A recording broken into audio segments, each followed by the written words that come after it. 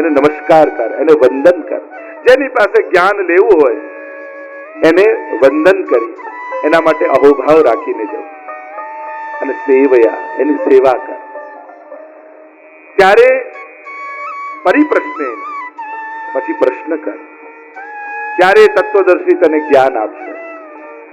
ગુરુના ચરણમાં જવાની વાત કરી. જો ગીતાજી નું જ્ઞાન એ પ્રભુનું દર્શન આપે છે અને ગુરુનું માર્ગદર્શન આપે છે.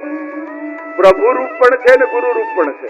અહીંયા દર્શન, અર્જુનને દર્શન ભગવત દિવ્યમ દદામિ ચક્ષુ, અને ગુરુનું માર્ગદર્શન તદ વિદ્ધિ પ્રણિપાતેન પરિપ્રશ્નેન સેવયા ઉપદેક્ષંતિ તે જ્ઞાનમ. પછી એ જ્ઞાનનો ઉપદેશ કરશે. ગુરુમાં 3 લક્ષણ. ગુરુ દૂરદર્શી હોવો જોઈએ, ગુરુ સમદર્શી હોવો જોઈએ અને ગુરુ પારદર્શી હોવો જોઈએ. જે મોટો હોય એ ગુરુ, જેના વિચારો મોટા હોય, જેનું આચરણ મોટું હોય, જેનામાં મોટાઈ હોય એ ગુરુ. ગુરુત્વ હોવું. ગુરુ સ્થાને બેસેલો વ્યક્તિ નાના મન વાળો ન હોય, નાની દ્રષ્ટિ વાળો ન હોય, એનામાં ગુરુતા જોઈએ. અને ગુરુતા જ્યાં પ્રાપ્ત થાય એના ચરણોને પકડી. ગુરુ બિન એસી કોણ કરે. ગુરુ પર તો કેટલી આપણે ત્યાં તો પુષ્ટિ માર્ગમાં તો શ્રી મહાપ્રભુજીનું નામ સર્વોત્તમ સ્તોત્રમાં ગુસાઈજી કહે છે ગુરુવે નમઃ. આપણા બધાના ગુરુના સ્થાને શ્રી મહાપ્રભુજી બિરાજમાન છે.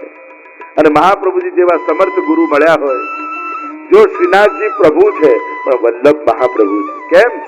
કારણ કે જે પ્રભુનું પણ દાન કરી શકે ને એ જ મહાપ્રભુ કહેવાય. અદે દાન દક્ષસ્ય મહોદાર ચરિત્રવાન. જે કોઈને આપી શકે એવું દાન મહાપ્રભુજી આપણને કર્યું. લોકો વસ્તુ આપે, અનાજ આપે, પદાર્થ આપે, પૈસો આપે. આપણા ગુરુ તો પોતાનું સર્વસ્વ આપણને આપે. અને એમનું સર્વસ્વ શું છે? તો કે શ્રીનાથજી એમના સર્વસ્વ છે અને એમને આપણને દાન આપ્યા. દાન આપવામાં દક્ષ છે. ગુરુ બિન એસી કોણ કરે. આપણને દ્રષ્ટિ આપનારો આપણો ગુરુ છે.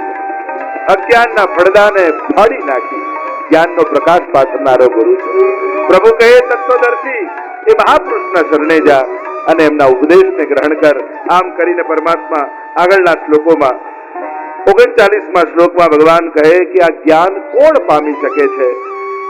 અને એ સમજાવતા પરમાત્મા બોલ્યા શ્રદ્ધાવાન લભતે જ્ઞાન તત્પર સંયતેન્દ્રિયઃ જ્ઞાનમ દત્વા પરામ શાંતિ મચિરેણાધિગચ્છતિ. જીતેન્દ્રિય હોય, સાધન પરાયણ અને શ્રદ્ધાવાન લભતે જ્ઞાનમ. જ્ઞાન જિજ્ઞાસુ નથી પામી શકતો, શ્રદ્ધાવાન પામી શકે.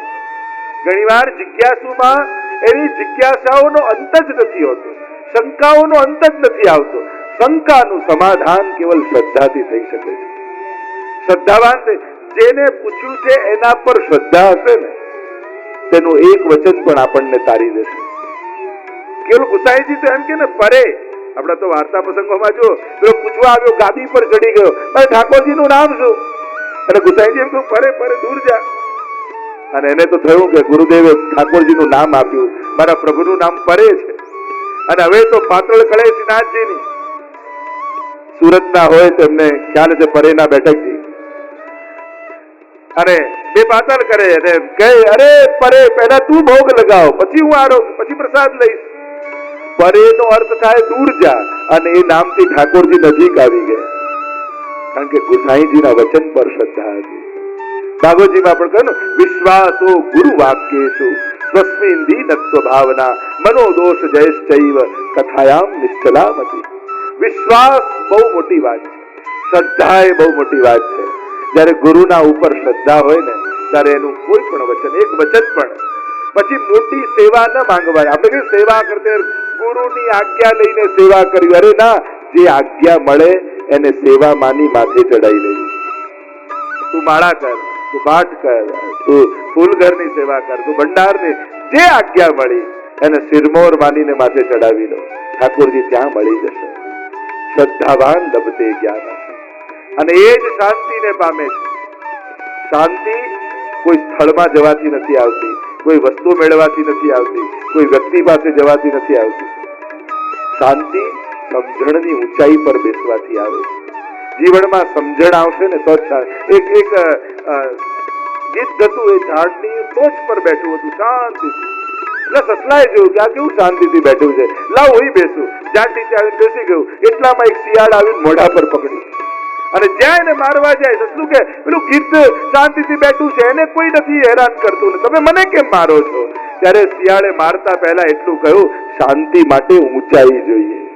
સમજણની, વિચારની, વ્યવહારની આ ઊંચાઈ પર નહીં બેસો ને તો કોઈ પણ વ્યવસ્થાનું, વ્યવહારનું કોઈ સંબંધી રૂપી શિયાળ આવીને તમને દબોચી જશે, તમારી શાંતિને હણી જશે. સમજણની ઊંચાઈ પર બેસવું પડે શાંતિ માટે. સંજોગોથી શાંતિ મળે એવી અપેક્ષા રાખશો ને તો શાંતિ નહીં મળે, પણ સમજણથી શાંતિ મેળવશો ને તો જ જીવનમાં શાંતિ આવશે. પરિસ્થિતિ ગોઠવાય, વ્યક્તિઓ ગોઠવાય, લોકો સમજી જાય તો નહીં થાય. તમે સમજી જશો તો જ શાંતિ આવશે. આમ સુંદર રીતે ભગવાન સમજાવે છે. આગળ 40મા શ્લોકમાં પણ સુંદર રીતે પ્રભુએ સમજાવ્યું. અને અહીંયા આ અધ્યાયને આપણે વિરામ આપીએ. ઓમ તત્સદિતિ શ્રીમદ ભગવદ ગીતા ઉપનિષત્સુ બ્રહ્મ વિદ્યાયામ યોગશાસ્ત્રે શ્રી કૃષ્ણ અર્જુન સંવાદે જ્ઞાન કર્મ સંન્યાસ યોગ નામ ચતુર્થો અધ્યાય. બોલો ગીતા મૈયા કી જય. કર્મ સંન્યાસ યોગ પંચમ અધ્યાય. પહેલો શ્લોક. અર્જુન ઉવાચ. સંન્યાસં કર્મણાં કૃષ્ણ પુનર્યોગં ન સંસતિ યત્રેય એતયોરેકં તન્મે બ્રૂહિ સુનિશ્ચિતમ. પ્રભુ કર્મ સંન્યાસ અને કર્મયોગ આ બંનેની વાત આપ કરો છો, તો આમાં અધિક કલ્યાણકારી કયું? અર્જુન, જો ભગવાન સ્પષ્ટ કહેલું છે છતાંય કર્મ સંન્યાસ અને કર્મયોગ બંનેની વાત કરી. કર્મ સંન્યાસ એટલે અનાસક્ત ભાવે કર્મ કરવા, એટલે કર્મ સંન્યાસ કહ્યું. અને કર્મયોગ એટલે પ્રભુ પ્રીત્યર્થ કર્મ કરવા. અનાસક્ત ભાવે કઠિન છે, પણ પ્રભુ પ્રીત્યર્થ કરવા, મારો ઠાકોરજી રાજી થાય. કોઈ નિમિત્ત હોય ને તો કર્મ કરવું બહુ સહેલું થઈ જાય. અત્યાર સુધી પોતાને અને પોતાના લોકોને નિમિત્ત કર્યા હતા, પણ જો પ્રભુને નિમિત્ત કરશો ને તમે કર્મયોગી બની જશો. જે પુષ્ટિ માર્ગનો મૂળ સિદ્ધાંત છે, પ્રભુ માટે કરવું, પ્રભુ પ્રીત્યર્થ કરવું, જે પુષ્ટિ માર્ગના હાર્દમાં રહેલું છે. સ્વસુખ માટે નહીં, અહીંયા તો તત્સુખ માટે કામ કરવું. પુષ્ટિ માર્ગનો એક બહુ સુંદર શબ્દ છે, તત્સુખનો વિચાર. જેમાં પ્રભુનો સુખ હોય એ જ સેવા. સેવા એટલે સેવ્યનું સુખ. મને આવું ગમે, મને આમાં મજા આવે, મને આવું ફાવે, એ બધું ગૌણ કહેવાય. પ્રભુને ગમે છે કે નહીં? પ્રભુને આનંદ આવે? જય શ્રી કૃષ્ણ, જય શ્રી કૃષ્ણ.